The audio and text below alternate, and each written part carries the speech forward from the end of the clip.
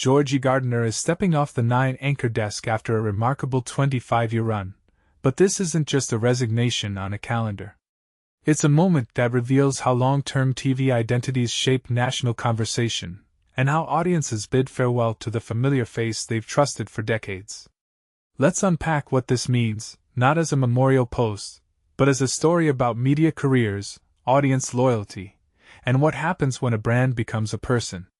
First, a quick map of the arc. Georgie Gardner starts her 9 journey in 2002, a 21-year-old from Perth with a wide-eyed curiosity about news and public affairs. Over the years she becomes a consistent presence.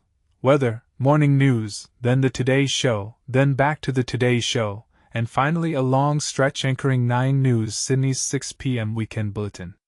That timeline isn't just a resume, it's a through line of Australian broadcasting in the 2000s and 2010s. What makes this really interesting is how she mirrors the evolution of TV culture, from traditional weekend bulletins to growth and cross-show presence, and the push toward personalities who anchor communities, not just segments.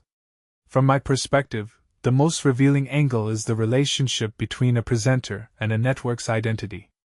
9's statement frames Georgie as a constant presence in the living rooms of millions, which is more than a compliment.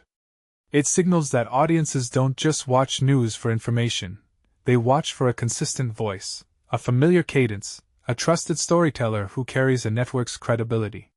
When she says she's stepping into a new chapter at 55, we're witnessing a maturation of branding. The network has built a person into a household feature, and the person now defines a period in the network's history. One thing that immediately stands out is the timing and mode of the announcement.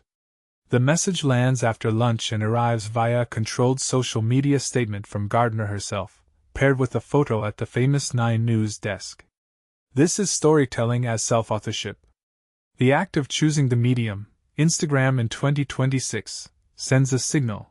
Even enduring broadcast figures adapt to a social-first narration of career movements.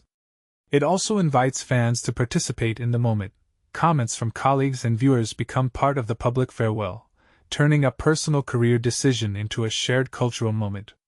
Let's talk about the personal note that her resignation comes after 34 years in broadcast journalism and nearly 24 at 9. The phrasing, exciting news, in her post and the line about trepidation and exhilaration coexisting isn't just sentiment. It reveals a deeper tension many long-standing broadcasters feel, the push-pull between continuity and renewal. People crave stability, yet careers thrive on change, curiosity, and new opportunities. That duality is a microcosm of how media workers manage legacy while scanning the horizon for what's next. What's especially compelling is the human angle, the way she frames the decision through a family lens and a life stage. Her public note mentions joining the field at 21 and raising a family with her husband Tim, with a moment of emotional payoff when her children celebrated the news. That detail isn't just cute, it redefines what success looks like in a high-pressure industry. It's not solely about awards or ratings.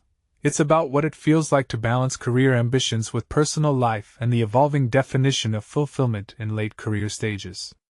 From a broader lens, this departure hints at a looming trend, veteran anchors reevaluating the endgame of long-form media careers as platforms diversify.